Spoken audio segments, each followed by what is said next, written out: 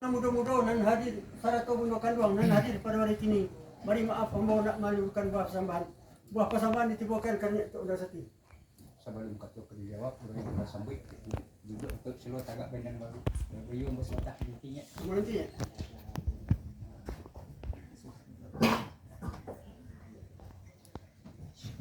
Seiring balam barabah lalu balam mandi. Seiring salam dengan sambah lalu salam kembali manitanya. Ayo mana itu udah seti. Ayolah engkau menjadi buah persambahan dari ambo ke bakihnya. Maka di kami nan datang dan dari Jorang Ambajang turun tangguh pasukan jambak dalam ganggangan Datuk Gadang Basah. Bertampuh labuh nangolong meturik jalan pasar arah hilang sepanjang jalan. Di jalan kelok dah tiba di laman balai. Jam-jam talangkai bertingkik bandua terentang bertapik lalu ke ruang tengah merokok alas sepadam baru mengunyah alas sekadang sapa. Pun ba'ato nolai kuni jari alah ransu patang matahari alah ransu patai. Ko lain nan takana di hati nan Thailand ni mato alah kaputi kami katangan aso alah kedua balun sakian ke bakinya. Sampai Alanya. Assalamualaikum warahmatullahi wabarakatuh. Waalaikumsalam. Ini ketua kerapatan adat beri maaf ambo nak melalukan Kepada Allah. minyak mamak nan tiga suku nan gadang basa batuah bapucuk cewang ke langit baurek paguah ke bumi beri maaf ambo nak kemalukan buah persambahan.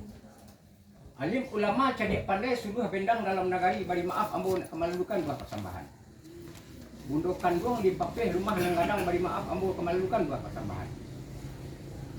Indak diatuk dibilang gala di salam sajo ambo mendatang ke pambilang patok gala salam lalu kena rapek buah persambahan kembali ke depan niat. Siapa ya? Pola nak jadi buah persambahan di niat mentawalak ke depan ambo. 2-3 hari sebelum nangko Allah balapeh surang di baduo nan capek kaki baringan tangan nan pasir lidah bakato. Membawa rokok nan sabatang sini nan sakapu akan nagari nan baompok ke kampung nama Banjar. Manamui ni niat jang mamak sarato di sana nambah samu. Pihak di niat mamak sarato di sana nambah samu. Janji bakarang padan bau pur. Janji Allah pada pati ukara na tu ya kan. Labuan nang gorong labat duit jalan nang pasar labat tampuh arah hilang sepanjang jalan Latigo di laman tanggung. Janjang talangkai labat tingkek lan naik ate balerong lan lalu ke ruang tengah. Kok duduk Allah seamparan tagak saedaran niat mamak dan 3 suku. Lah lalu ke ruang tengah.